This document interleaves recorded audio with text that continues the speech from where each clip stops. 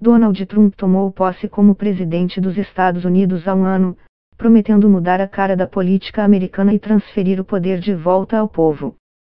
Mas o que de fato ele conseguiu fazer até agora? A Notícias preparou 6 gráficos que analisam os primeiros 12 meses do seu governo, incluindo comparações interessantes e até surpreendentes com seus antecessores. Trump é um dos presidentes mais impopulares da era moderna. Sua taxa de aprovação semanal gira em torno de 39% após 12 meses no cargo, de acordo com o Instituto Gallup.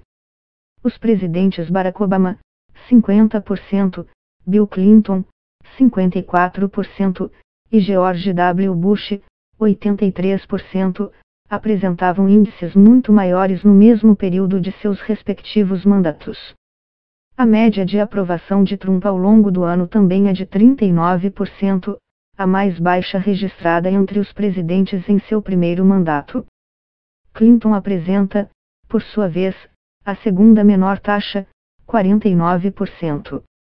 Mesmo Gerald Ford, que assumiu a presidência após a renúncia de Richard Nixon e o escândalo de Watergate, tinha cerca de 40% de aprovação após 12 meses no cargo, segundo o Gallup. Quando Trump tomou posse, em 20 de janeiro, ele tinha taxa de aprovação mais baixa que qualquer outro presidente recém-chegado à Casa Branca. Ele ganhou as eleições com menos votos que a adversária democrata Hillary Clinton, então, não é surpreendente que os percentuais fossem baixos. O que pode preocupar a Casa Branca é que algumas pesquisas de opinião indicam que o apoio a Trump está se esvaindo entre seus principais eleitores, incluindo homens brancos sem diploma universitário e americanos da zona rural.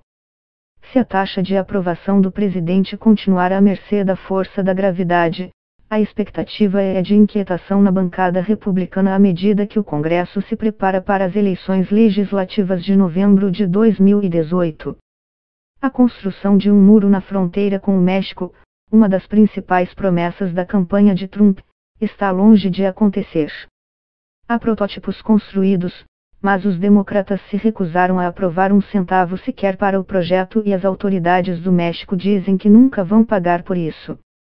Trump continua a pressionar o Congresso para mudar as leis de imigração dos Estados Unidos, incluindo o encerramento do sistema de loteria de vistos, no qual candidatos são selecionados aleatoriamente, por computador, entre as inscrições qualificadas. E também com a migração em cadeia, que dá prioridade a parentes de residentes legais. Ao mesmo tempo, ele assinou 2 memorandos executivos que orientam os oficiais de imigração a adotar uma abordagem muito mais severa para fazer cumprir as medidas existentes.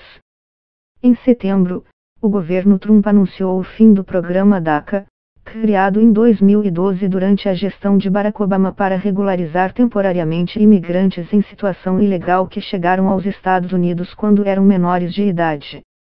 A Casa Branca e o Congresso tentaram negociar uma forma de tentar promulgar uma legislação que ofereça proteções semelhantes, mas não chegaram a um acordo final.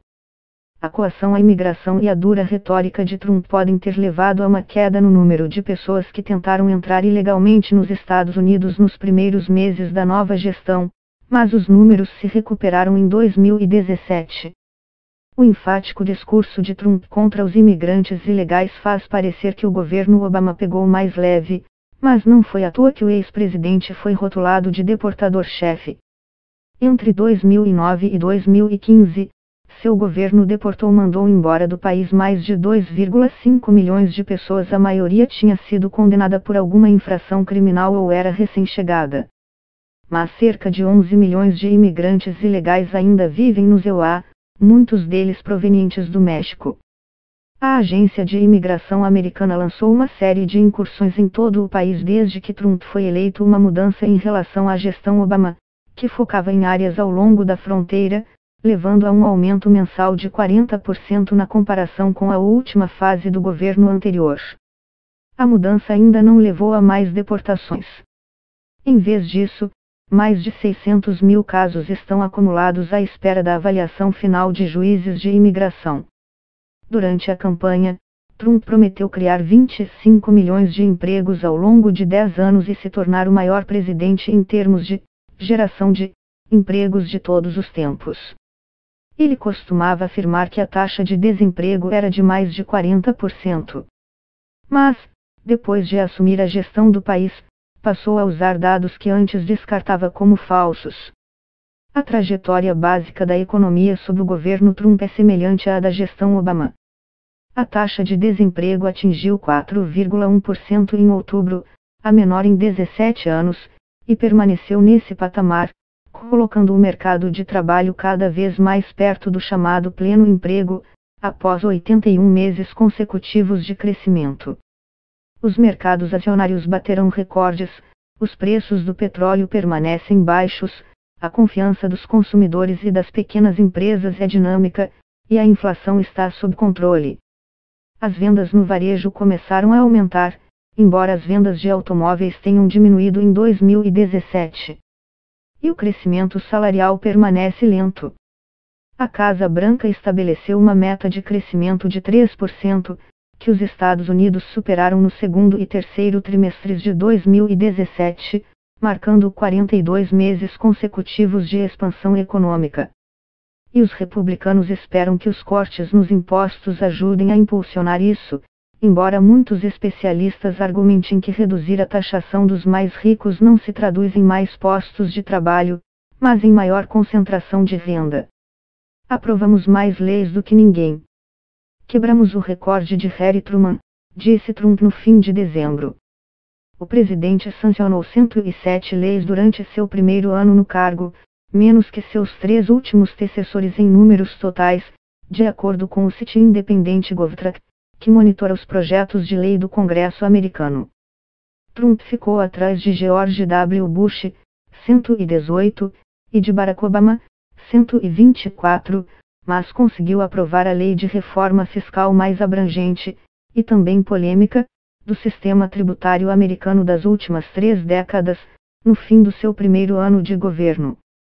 Já a comparação com Harry Truman só está correta se analisados seus primeiros 100 dias no cargo. Ele está atrás das administrações anteriores, conforme revelou o GovTrack. Mas o poder executivo tem um poder de ação limitado nesse sentido, uma vez que cabe ao legislativo introduzir novas leis. Mais de 30 projetos de lei sancionados pelo presidente parecem ser modificações ou extensões da legislação